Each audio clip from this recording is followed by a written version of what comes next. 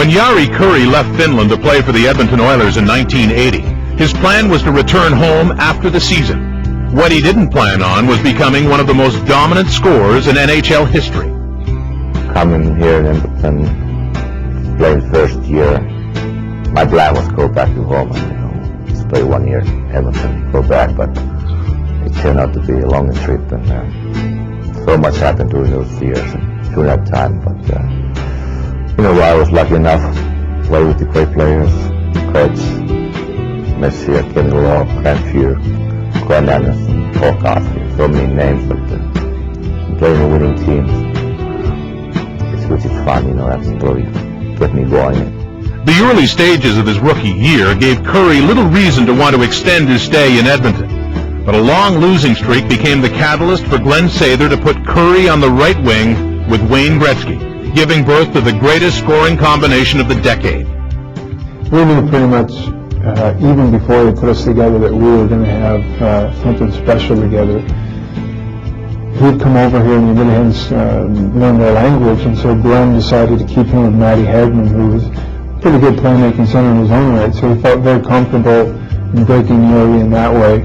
I'd come off the year with Blaine McDonald, who scored 46 goals in the WHA the year before, so there was no reason to break us two up. And then eventually, as time went on, it just seemed more and more natural that we'd be together, and it was pretty much working right off the bat.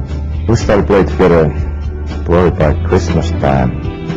I think we lost like 9 games in a row, so there's a lot of different line connections, and we tried different things. So they took me away together. I scored 3 goals that night, and I guess the rest is a history.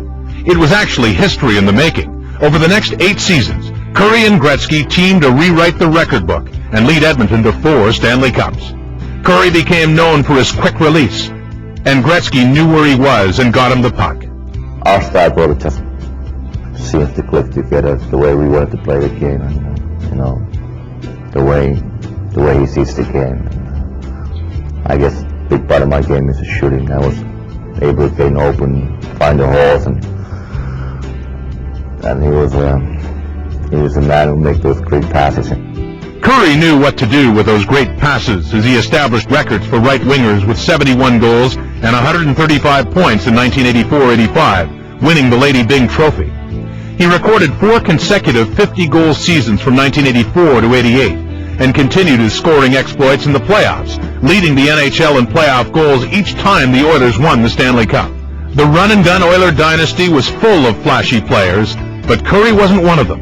In fact, if he hadn't been such an offensively gifted player, he may have become better known for his defensive ability. Surely there was, people discuss about scoring 50, 60, 70 goals a year. The first thing comes to your mind that he can't play well defensively, score that many goals. So that kind of hurt a little bit because I took a lot of pride in playing well on him. I don't think he got the recognition that he deserved, how good he was defensively in this game. We played a lot of very good defensive players, guys like Zeke Carbonell and Bob Gainey and Steve Casper. Jari Kurri was very good defensively. He would block shots. He was always in the right position. He never gambled offensively. And he would score 60 goals a year. That's very special. Jari Kurri is the idol of every Finnish-born hockey player in the NHL today. He finished his career as the highest-scoring European-born player in NHL history with 601 goals and 1,398 points. Not bad numbers for a guy who only expected to play for 1 year in the NHL. Ladies and gentlemen, please welcome Jari Kurri, inducted into the Hockey Hall of Fame in the player category. Thank you. Commissioner Mr. Pedman, IAF, President Mr. Faso, Hockey Hall of Fame Selection Committee, and other inductees. I'm very proud to be a part of you guys this evening. It's been a great weekend, you guys, and really enjoyed. To be up here right now, I won't be here without the great support back home from my parents. What a great support and guidance for me. Too bad they couldn't be here because of long travel. But I believe they're back home and waiting to get the tape and see it from there. Growing up in Finland, hockey was a big part of my life, and I was around very good people. Matti Väisänen, who was my coach, personal trainer, helped me out, teach me how to get better as a hockey player. I thank him a lot. My agent Ron Pacey, who's here, thanks for your support, your assistance, friendship, and all the direction you gave to me. Thank you very much, John. I'd also like to thank Edmonton Oilers. What a great time I had there. Glenn Sader, John Mocker, Teddy Green, the players, Kevin Lowe here sitting, Wayne Gretzky. What a great time I had. He's a big part of my life. That's one of the reasons I'm here also.